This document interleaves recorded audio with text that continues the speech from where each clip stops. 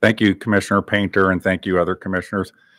I think, as you know, it's very high on my priority list that there be ethics, accountability, honesty, and integrity in public service and in public office.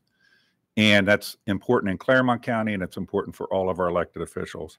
So I want to address my grievances specifically to Commissioner Batchler on the topic of honesty. And I want to lay out 3 specific things, Ms. Batchler, that I think call into question whether you really stand for those values of honesty, integrity, and accountability in elected office. When you ran for office in 2020, you put forth a pledge that you were only going to run for 1 term.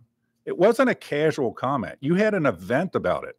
You had a document. You had a signing ceremony. You have a picture of you standing with your finger in the air telling people that you're only going to run 1 term. But what have you done?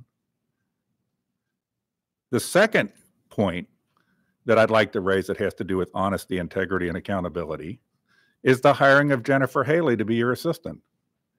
In 2020, when you were running for office, you claimed that you were not sure whether assistants were necessary and that you would wait at least a month to figure out what they did and where they really needed before hiring an assistant. But you hired an assistant at the first business meeting when you became a commissioner. What does that say for honesty, integrity, and accountability? And then the third thing, on the campaign trail, you claimed that you'd have been a Republican your whole life. When one of your opponents in that race, John Becker, exposed that in reality you had been a Democrat voting in Democrat primaries through 1994, which I want to remind you means that you were a Democrat during the Reagan years, you were a Democrat during the beginning of the Clinton years, you were a Democrat while Newt Gingrich was doing the contract with America. When he exposed that what you had been saying about your record was false, you blamed him, that he was dirty campaigning by pointing out that you were telling a lie. So those are 3 examples, the most pressing of which is that 2020 pledge. You stood there. I wonder if you would have won that race against Mr. Becker had you not pulled that stunt,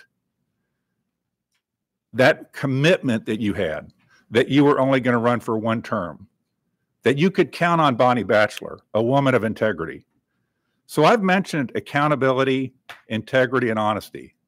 But I want to use 1 word that I think is most important right now for you, and that's conscience. Do you have any conscience? When you say things that are false and people point it out, you blame them. When you make commitments that you're not going to hire an aide for at least a month, you go ahead and violate those. And most, you tell people that you're running for 1 term, have a big signing ceremony, put it all over Facebook, challenge your opponents, and then completely ignore it. So, Ms. Batchler, I'm here today because I think beyond accountability, integrity, and honesty in office, there's a real important question for you, and that's conscience. Now, I've pointed out that you will be 79 at the time of the primary, but it's not about age. So you are younger than Joe Biden, but older than Donald Trump. What it's about is having vision. What it's about is having energy. What it's about is having an agenda. And I would put forward that within your explanations of why you reneged on your promise, all I've heard you say is, I'm having a good time being a commissioner, basically. So I don't want to give it up. So, Ms. Batchler, I'll end my remarks with this is, you know, I filed to run against you. So my campaign expenses will be at least $80. But I want you to remember this day and this campaign and that word that I'm bringing up right now. Where is your conscience? Thank you.